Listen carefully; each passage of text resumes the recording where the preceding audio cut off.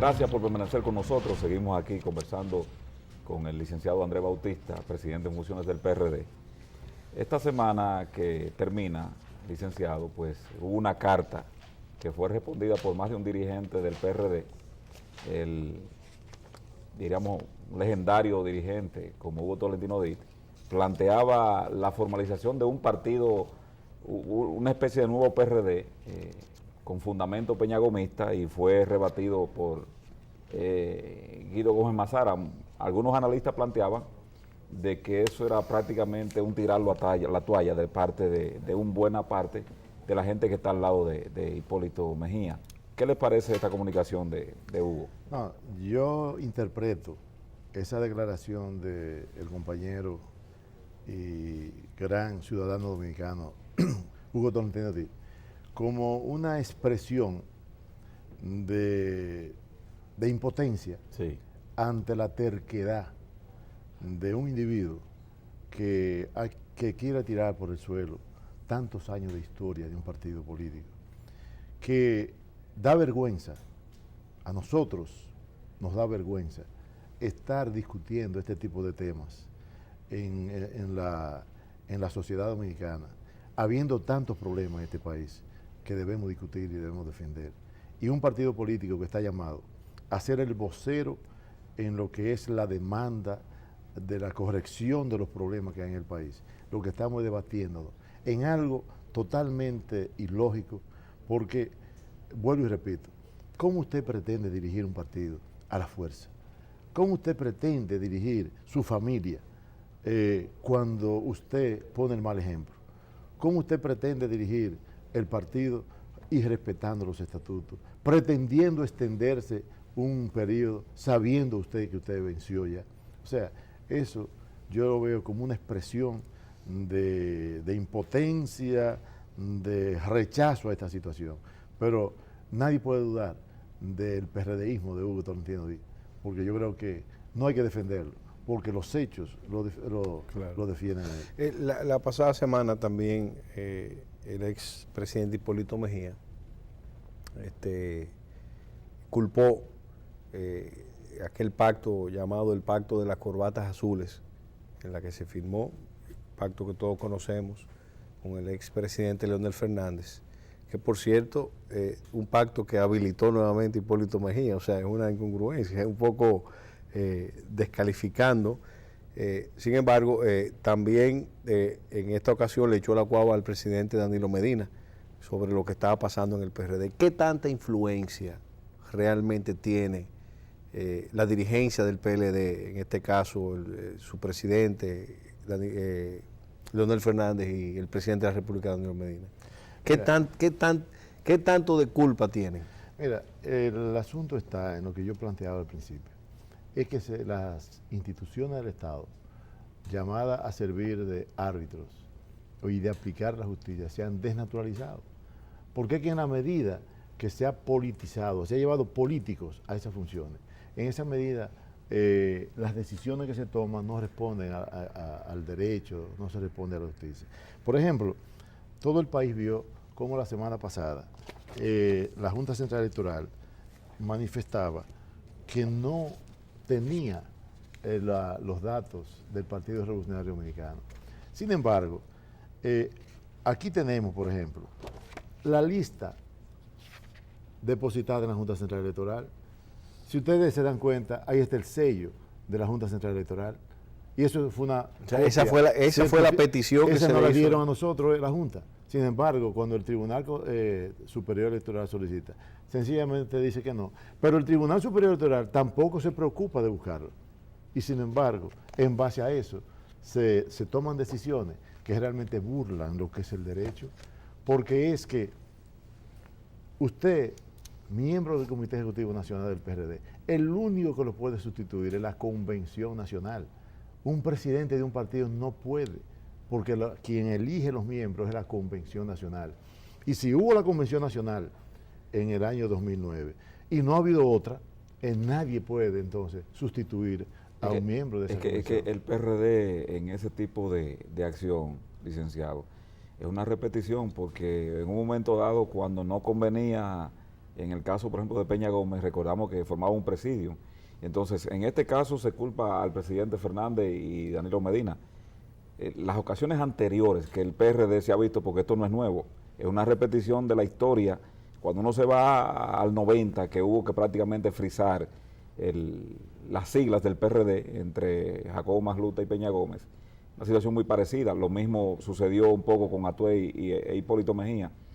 Uno espera, ¿no? Y la nación más que todo, como que ya el PRD con más de 73 años, como que asuma otro comportamiento frente a la sociedad. Mira, si yo entiendo que tenemos responsabilidad en parte. Ahora bien, usted no puede partir del hecho de que el ciudadano tiene que ser ejemplo y que el ciudadano nunca va a violar la ley.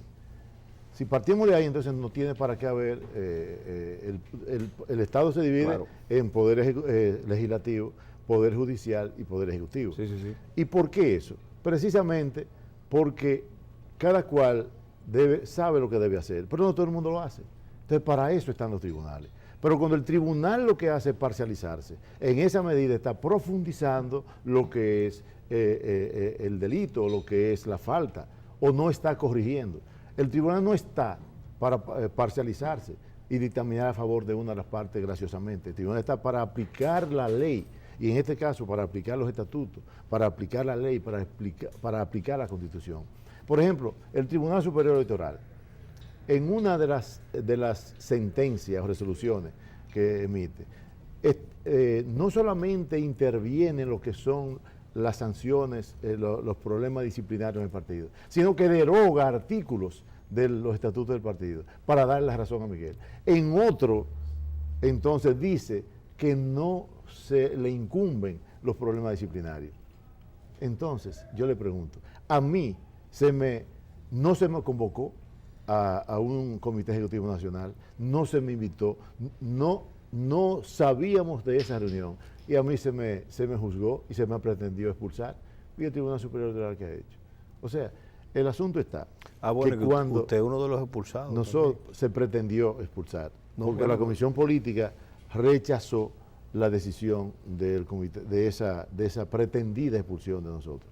Entonces, los tribunales están precisamente para aplicar la ley y aplicar la Constitución. Independientemente de que el ciudadano cometa un error, está para eso, para la justicia, o sea, la ley. Cuando eso se violenta, entonces la sociedad está por mal camino. Andrés. Y esas son las cosas. Por ejemplo, y escúchame. Adelante. Usted entiende que lo que hizo la Suprema Corte de Justicia con el caso de Hipólito Mejía, por el hecho de que Hipólito Mejía sea político, ese tratamiento donde el presidente de la Suprema se abroga la función de pleno y toma una decisión. O sea, eso se ve hoy sencillo. ¿Por qué es a Hipólito Mejía? ¿Por qué es PRDista? Y cuando le toque a uno de nosotros, a uno de ustedes, y que se tomen medidas de esa naturaleza, la situación entonces duele. Porque aquí estamos viviendo de espalda, aquí estamos viendo que lo que es la institucionalidad se ha desbordado, sí, que lo que es el respeto, lo que es el derecho, se aplica antojadizamente de acuerdo a quien esté gobernando. Y aquí nada de nada. Entonces, eso nos está nosotros llevando a una situación que lo vamos a lamentar. Y la complicidad que hay de sectores que están llamados a hacer un stop en esta situación, eso nos va a perjudicar a todos. Hace unas semanas, cuando se dio la reunión en casa del ex jefe de las Fuerzas Armadas, Soto Jiménez, aparentemente había una luz en el camino. ¿Qué fue lo que pasó ahí? Porque al final no se entendió. Aparentemente se reunieron, o sí se reunieron, Hipólito y Miguel. Lo que pasó fue lo siguiente. Y aparentemente salió un acuerdo y no se sabe realmente qué fue lo Camilo, mira, que rompió. Yo creo que eso no merita ni siquiera mucho análisis. Después de 2 años, y así se anunció y lo anunció el presidente, hubo una reunión de romper el hielo. En la segunda reunión, entonces, se acordó que se iban a reunir. Miguel planteó que iba a hacer una propuesta, un plan de implementación condicionado. Ese fue el término que usó para decir lo que iba a proponer. ¿Cómo se llamó el plan? Plan de implementación condicionado. Entonces, un término de ingeniero, ¿no? De ingeniero, pero toma en cuenta un plan de implementación condicionado. ¿Cuál era la condición? Bueno, ahí se acuerda que se iban a reunir de parte de Miguel, Jorge Prat, y de parte de Hipólito, Orlando Jorge Mera.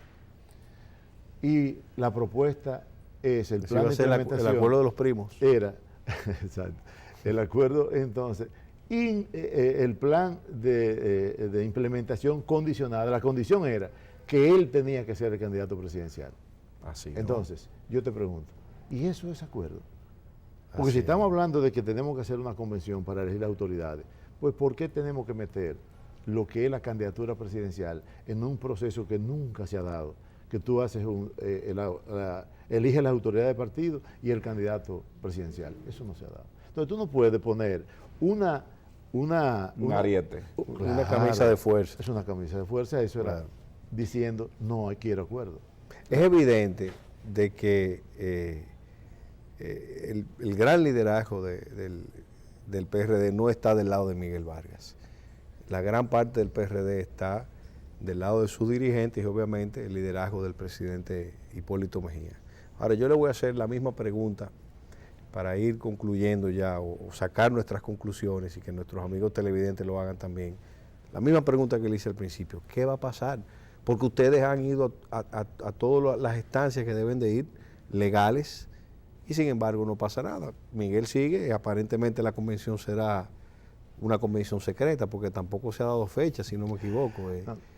Mira, ¿qué va a pasar? ¿Qué van a hacer ustedes? Porque algo hay que hacer. Bueno, Miguel Vargas Maldonado cumplió el viernes pasado.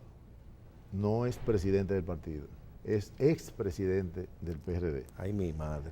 El Comité Ejecutivo Nacional habrá que hacer un pacto para reunir el Comité Ejecutivo Nacional, nombrar la comisión organizadora que se encargue de hacer la Usted habla de un pacto, pero en las condiciones que están dadas ahora mismo, ¿cómo juntar el equipo de Miguel con el equipo de Hipólito? Cuando han habido hasta asuntos personales ahí, ¿cómo habrá un pacto? Es que ese organismo... Si han también, y discúlpeme, pedido la colaboración hasta de la iglesia. Y la verdad que como que no sé dónde van a acudir para que se llegue a ese pacto, que ojalá y así sea. Por el bien... No solamente el PRD, hay que decirlo, por el bien del país. El PRD es necesario. Y hay mucha gente importante para el país, que le aporta mucho al país. Entonces, por el bien del país, ¿cómo vamos a llegar a ese pacto? Bueno, ¿Cuándo fue la última vez que usted habló con Miguel? La última vez que hablé con Miguel fue en junio. O sea, el mes pasado. Del año pasado. Ay, mi madre. Sí, hace un año. Sí, porque lo que sucede es que nosotros... Perdón, licenciado, había hasta cierta familiaridad entre usted y Miguel Vargas. Claro, ¿Eso se perdió? Yo duré 5 años y pico ayudando a Miguel. Establecimos unas relaciones de amistad, de familiar que primaria, viene anteriormente de nuestros padres, pero yo no podía acompañarlo en la tarea final, o sea, en esa posición que él mantuvo al final. Yo no, bajo ningún concepto, podía acompañarlo, porque yo soy PRDista y yo tengo que apoyar al candidato que lleve el partido. Y sobre todo después de haber ganado una convención. Yo se lo dije a él. Yo me he manejado en el PRD, no he tenido nunca otro partido político y tengo que estar en el PRD. Y no volvimos a tocar ese tema. Su caso personal, ¿no hay alguna aspiración? Siempre se ha dicho en los medios de comunicación que usted tiene el perfil presidenciable.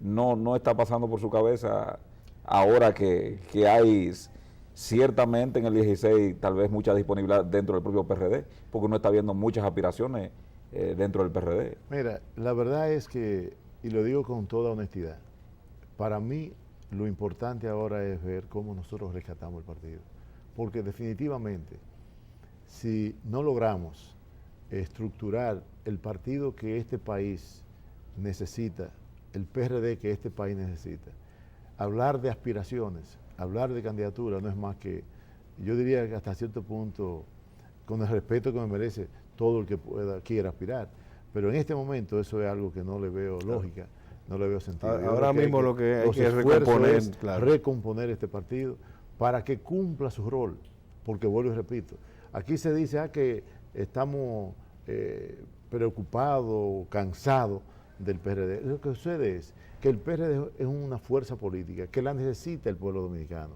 que tiene que cumplir su rol.